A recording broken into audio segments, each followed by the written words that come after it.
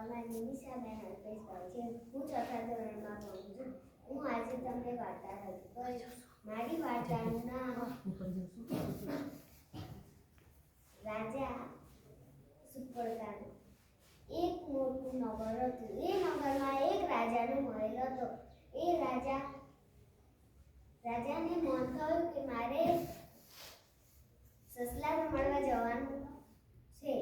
તો તે જંગલમાં જતો હતો ત્યારે તેને નાના નાના સસલા દેખાયા અને તે સસલા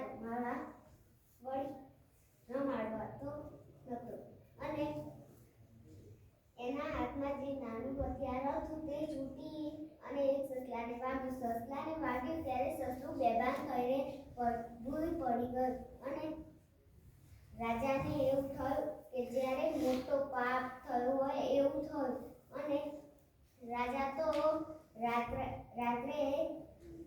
તેમના મહેલમાં જઈને ચૂપચાપ બેસી ગયા અને પ્રધાનજીને બોલાવ્યા.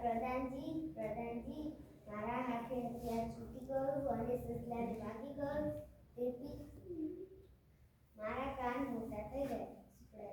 અને કહ્યું પછી પ્રધાનજી તો ચાલવા લાગ્યા. તેમને પેટમાં દુખાતું હતું બહુ. પછી તેમને ઝાડ સાથે વાત કરી. રાજા સસલા રમવા જાય, ભૂલથી હથિયાર છૂટી જાય, સસલાને વાગી જાય, રાજાના કાન મોટા થાય. થોડા દિવસ પછી રાજાએ વાજિંત્રો બનાવવાના કહે. વાજિંત્રો બની ગયા પછી રાજાએ કહ્યું મહેલમાં વાજિંત્રો લઈ આવ. તો મહેલમાં વાજિંત્રો લઈ આવ્યા. એમાંથી એક અવાજ આવ્યો, રાજા સુપડકન રે, રાજા સુપડકન રે. પછી ઢોલકી ધબક ધબક કરતી બોલવા માંડી. ફોન કર્યો તો પછી લાઈવ પહોંચી ગયા. હા એ પહેલા જ આવી ગયો છે ખાસે પછી ઢોલકી ધબક ધબક કરતી બોલવા લાગી. પ્રધાનજીએ પછી પ્રધાનજી બોલાવ્યા અને કહ્યું પ્રધાનજી તમે કોઈની સાથે વાત કરી છે?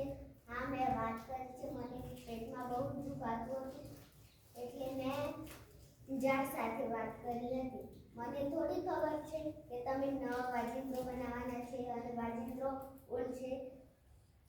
હા મારી ભૂલ થઈ ગઈ. મને ખબર ન હતી એટલે મેં આમાંથી આપણે શીખવા મળે કે કોઈની વસ્તુને આપણે કોઈ નુકસાન પહોંચાડવું જોઈએ નહીં. આપણો સૌનો